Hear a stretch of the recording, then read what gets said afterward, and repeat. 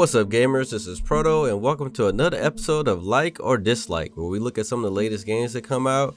I give you an overview of the game, tell you some good and bad things about it, with our pros versus cons, help you decide if you want to invest into the game, while showing you some gameplay all at the same time. And today we are looking at GI Joe Operation Blackout.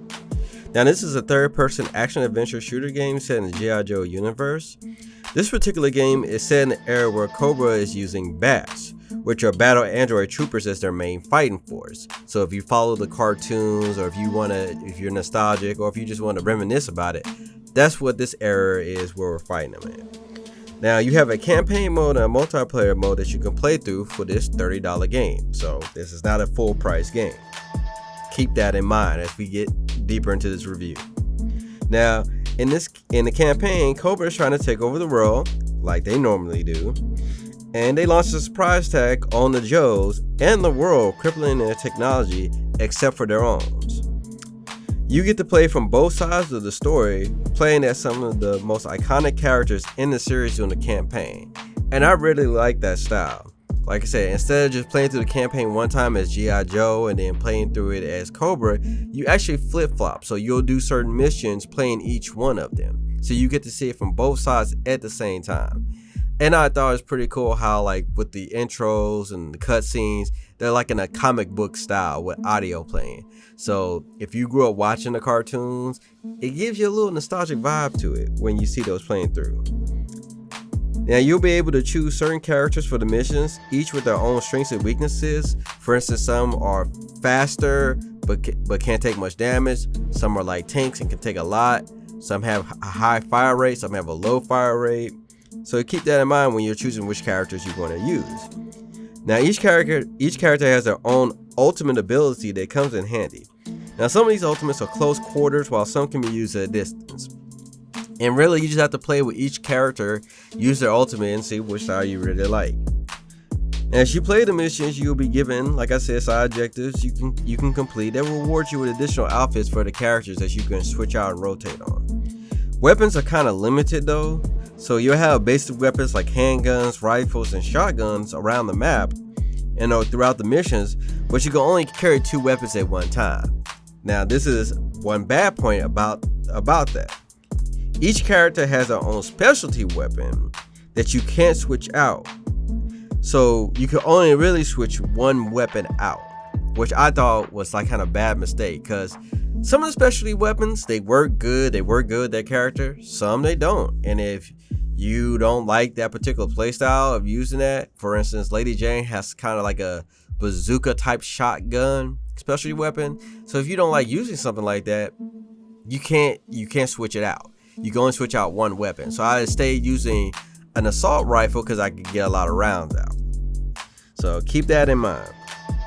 Now, as you play the campaign, you can play it co-op with buddy couch op, how they call it now, when 2 people are just in the same room playing. Now, if you choose to play the game solo, like what I did through most of my campaign playing, you'll have an AI companion for you since you don't have a buddy there. Now, the AI isn't the smartest, especially in a firefight, and there's been several times when I was fighting and my AI counterpart was just standing there next to me while I'm getting hit with all the rounds. And it seems like the enemy AIs, all they do is focus in on me. They don't focus on my AI companion. Now, my AI companion will shoot a couple and take a couple down, especially if they got ranged weapons. But it seems like the enemy AI will focus on me more. And this was another bad thing I noticed about this if you play it solo with the AI companion. If you go down playing solo, you have to restart from the last checkpoint. I don't know why the AI companion can't pick you back up at least once. That was a big negative to me, because in the later missions, they do get tougher. You do get more enemies coming at you.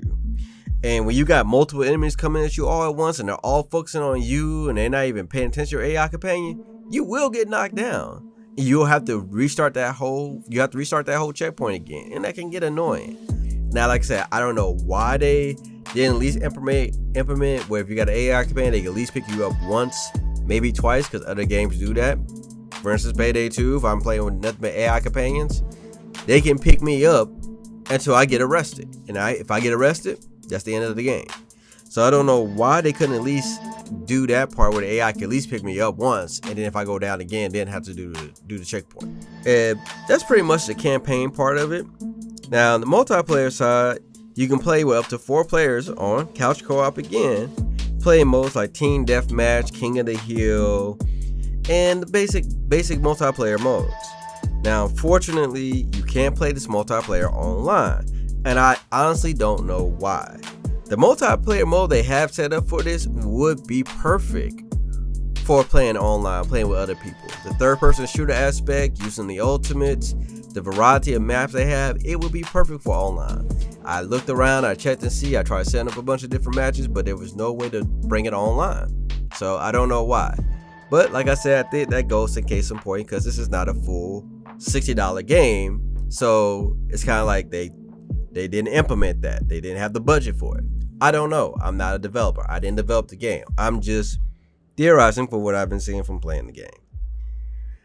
Now, the controls are not the best setup, and I had to keep tweaking them over and over and over until I finally got them to a decent level to play.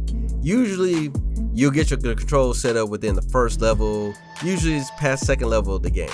I was into the 5th, 6th mission, and I still didn't get my controls just right. The controls just were not smooth. I play inverted, so sometimes I have to turn the inverted off and on because it wasn't reacting right. The camera sensitivity was just like crazy. I have a super low, super high, and it's just finding that balance of it. And it should not be that hard when you're tweaking your controls. Now, graphic wise, I can say they went with a more bright color shell shaded side, which makes the game look very nice. You see the detail and everything, the destruction, the explosions. So that was a good thing they did. Now, I didn't see any frame rate drops or stutter while I was playing on the Xbox One X version. So kudos for them on that. And like I said, the cutscenes and dialogue was done well. I liked the art style of it. It was kind of like in a comic book setting. Had good audio with it. Dialogue in the missions was good. Kept me going on. I like listening to the characters talk to each other. Like I said, if you grew up watching the cartoons, they had that nostalgic feel of them joking on each other, making bad puns. So definitely a good sign on that. But that's pretty much the review of the game. So that being said, let's jump into the pros versus the cons. And starting off with the pros, we're going to talk about the gameplay. Overall, the gameplay is good. Minus the controls and all the bad things I said, the game is enjoyable to play. It's challenging. They mix it up from you just going from one objective to another to solving puzzles. You have vehicle missions where you have to pilot vehicles and do stuff like that. So they do change it up and they make it fun. Like I said, you're using iconic vehicles from GI Joe era, and you're fighting Cobra leaders. So you definitely get that vibe of it. And they each have their own unique abilities as well. Now, the next pro we're going to look at, the game is nostalgic. Like I said, if you grew up watching GI Joe or playing with the toys, you're going to feel a nostalgic vibe from this. If you don't, I'm very shocked, because to me, as I was playing this, I really felt like I was either watching an episode of GI Joe or I was like playing, like I was living through an episode of GI Joe. And I like that. I like that vibe on it. And the last pro we're going to look at, the game is not full price. So, like I said, it's like around $30, $35 game, and it's not bad. It's something if you want to pick up and play, go ahead. But keep in mind, it's not a full price game, and keep in mind the bad things I said. With that being said, let's go from the pros to the cons. First major con we gotta look at, the multiplayer. Like I said, I don't know why the multiplayer is strictly just co-op couch. I thought that was a very good concept, especially like if you want to just play with your friends, everybody come over, cool. But not allowing you to play it online, I don't know why. I thought that was very odd. And like I said, I went through trying to set up matches, trying to set it up to play online, but there was no online mode. I may have missed it, I don't know, but going through it, and I went through it for about an hour trying to set up matches, could not see nothing. So that was a big negative no-no, especially in this day and age where multiplayer has to have an online part.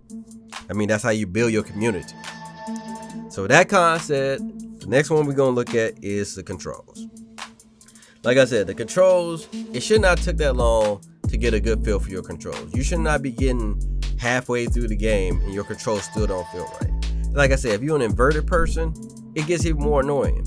Like when I'm playing with my character, I had it inverted. But when I'm using the vehicles, I had to turn off the inverted because it didn't feel right. The controls were like a 180 or a 360.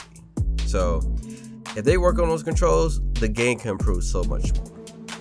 And the last comment we're going to look at is the AI. The AI for your companion will make you mad to certain parts. Like I said, because they'll let you get shot up. They can't pick you up. They don't hit all the time.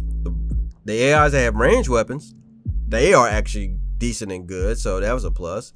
I just wish the AIs were better. Now the enemy AIs, they'll dodge your bullets. They'll fight back against you. So they'll make it challenging. But your companion AIs, it make it annoying. Like they make you want to find somebody to play with so you don't have to deal with them.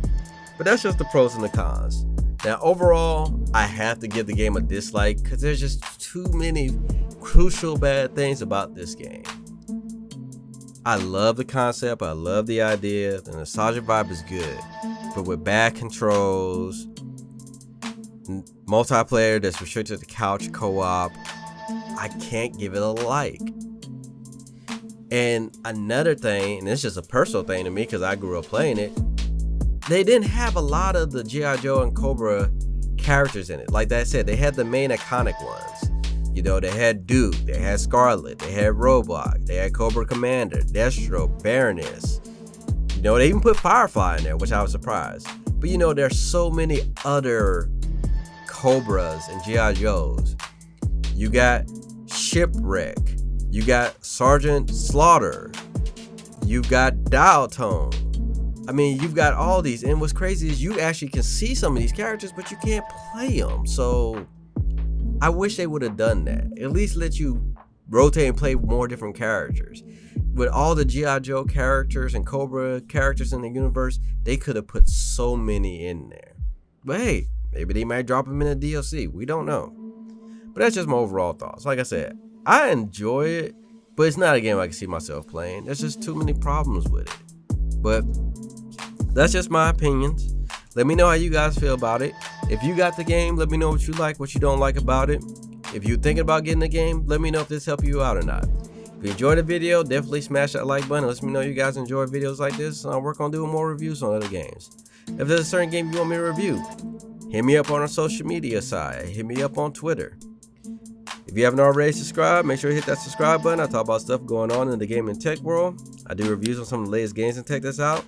I do top 10 new games coming out every month and so much more.